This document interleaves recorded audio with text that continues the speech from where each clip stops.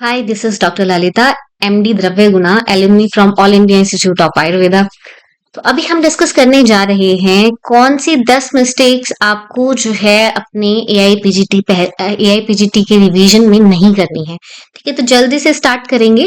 सबसे पहला तो क्या है, आपको कुछ भी अभी नया स्टार्ट नहीं करना है, कोई नई बुक नहीं खरीदनी है, कोई नए नोट्स अभी शुरू नहीं करने हैं। ठीक है, बहुत सारे बच्चे ये मिस्टेक करते हैं, मैंने भी ये किया है। तो उससे क्या होगा, आपका टाइम जो है आपके ब्रेन को उसको समझने में थोड़ा ज्यादा टाइम लगता है। ठीक है, और जो आपने पहले से पढ़ रखा है उसका माइंड मैप हमारी माइंड में बना रहता है। ठीक है, तो वो अभी क्या करना है, जो आपने ऑलरेडी पढ़ रखा है, चरक सुश्रुत अपने सब्जेक्ट्स, ठीक है, उसको ही आपने बार बार देखना है। वहां से तो वही वाला पोर्शन आएगा। ठीक है, तो अभी कुछ नया जो है, नए ग्राफिक्स आपको स्टार्ट नहीं करने हैं। अभी आपने अपनी जो ओल्ड प्राइमरी आपका सोर्स है उसी पे ही आपने स्टिक रहना है। ओके, नेक्स्ट क्या मिस्टेक बच्चे करते हैं, पैसिव रीडिंग करते हैं और रिवाइज नहीं करते। ठीक है, तो पैसिव रीडिंग, आपको सिर्फ पैसिव रीडिंग नहीं करनी है, आपको रिकॉल करना है। एग्जाम में क्या चाहिए आपको, आपको क्वेश्चन के आंसर मार्क करने हैं, वहां पे आपको रिकॉल होना चाहिए, राइट। तो आपको क्या करना है, एक बार आपने रीड किया उसके बाद उस चैप्टर को, बुक को बंद करके रिवाइज करो, क्या क्या मैंने इंपॉर्टेंट पॉइंट उसमें से चेक किए, क्या क्या इंपॉर्टेंट पॉइंट मैंने उसमें से देखे हैं। ठीक है, इस तरह से आपको जो है अपना रीड करना है, रिकॉल करना ज्यादा जरूरी है। इंस्टेड ऑफ सिर्फ पैसिव रीडिंग करने से कुछ नहीं होगा। ठीक है, रिकॉल भी साथ साथ में आप करिए। नेक्स्ट पॉइंट क्या आ रहा है हमारा, पीवाईक्यू हमें सॉल्व करने हैं। अभी क्योंकि ट्रेंड जो है वो हर साल चेंज हो रहा है, तो 25, 24, 23 तो पिछले जो 5 साल के हैं वो वाले पीवाईक्यू तो आपको सॉल्व करके एग्जाम में जाना है। उसके अलावा जो मॉक टेस्ट आप लगा रहे हैं वो आप कम से कम 300, अगर नहीं भी हो पाता है तो 150 to 200 आपको क्वेश्चंस डेली लगाने ही हैं। ओके, तो ये आपको करना है अपने एग्जाम से पहले।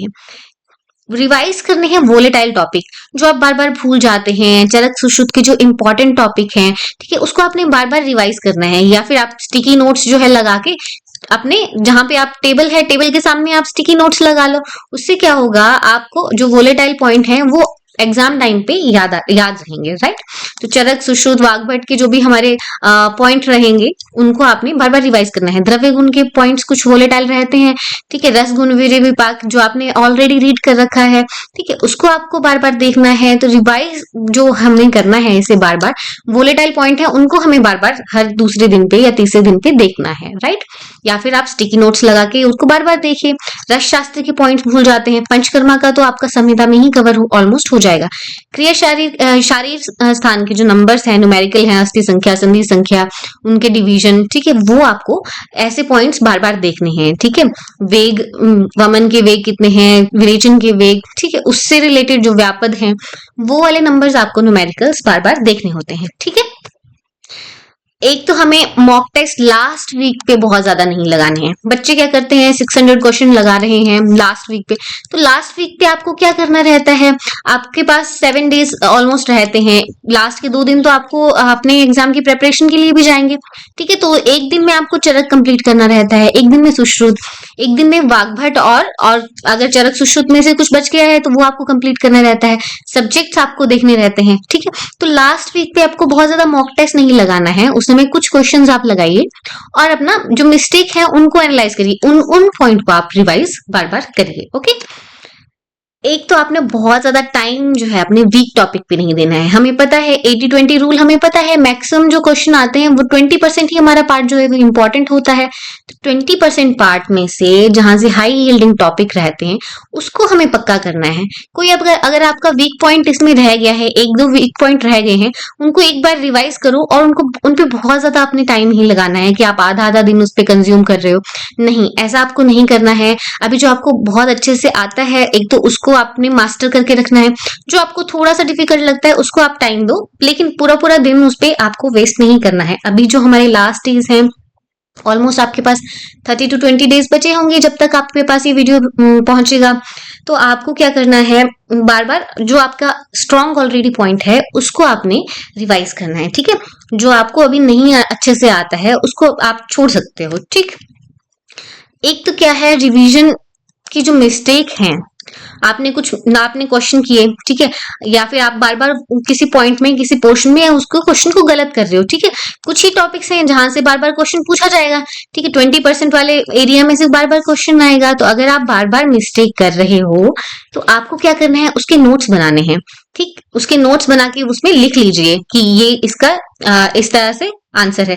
लाइक फॉर एग्जाम्पल प्रमेय पीड़िका है, ठीक है, अभी आचार्य चरक का पूछा है, कितनी है, 7 है, ठीक है, आप इसमें मिस्टेक कर रहे हो तो आपने ये नोट कर लिया, यहाँ पे चरक की प्रमेय पीड़िका कितनी है, 7 है, सुश्रुत की कितनी है, 10 है। तो इस तरह से आपने वो लिख दिया कि कौन कौन सी है, ठीक है, वो आपने नोट कर लिया, ठीक। तो इस तरह से आपने एक मिस्टेक बुक बनानी है, जो क्वेश्चन आपको गलत आपके बार बार हो रहे हैं वो आप उसमें नोट करो, या फिर कोई क्वेश्चन ऐसा है जो आपको याद करना है बार बार, तो वो उस मिस्टेक नोटबुक में आपको उन पेपर्स पे उसको लिखना है, और उसको ऑलमोस्ट 2 से 3 दिन में देखना है, या फिर आप डेली भी एक बार उसको गो थ्रू कर सकते हैं, ठीक।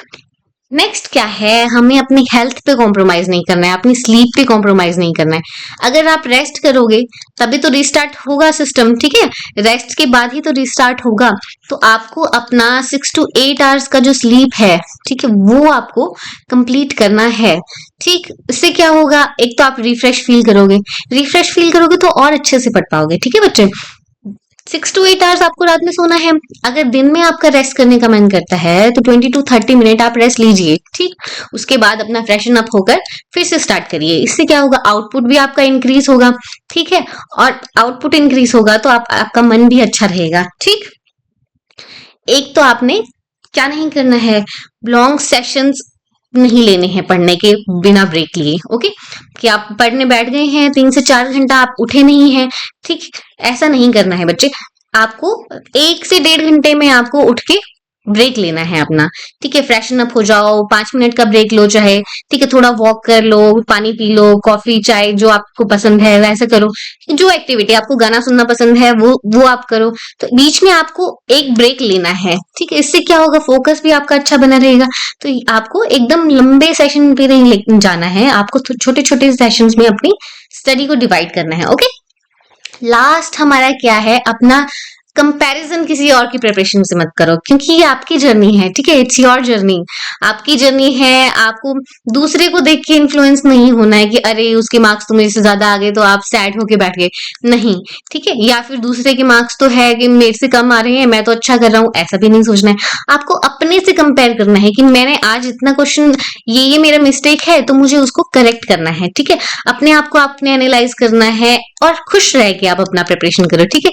ये जर्नी आपकी अपनी इंडिविजुअल है, अगर आप खुश रह के करेंगे तो आपको इसमें मजा भी आएगा, ओके। तो इसके साथ ही आप अपना अच्छे से तैयारी करो। Hope you do all the very best in your exam, ठीक है।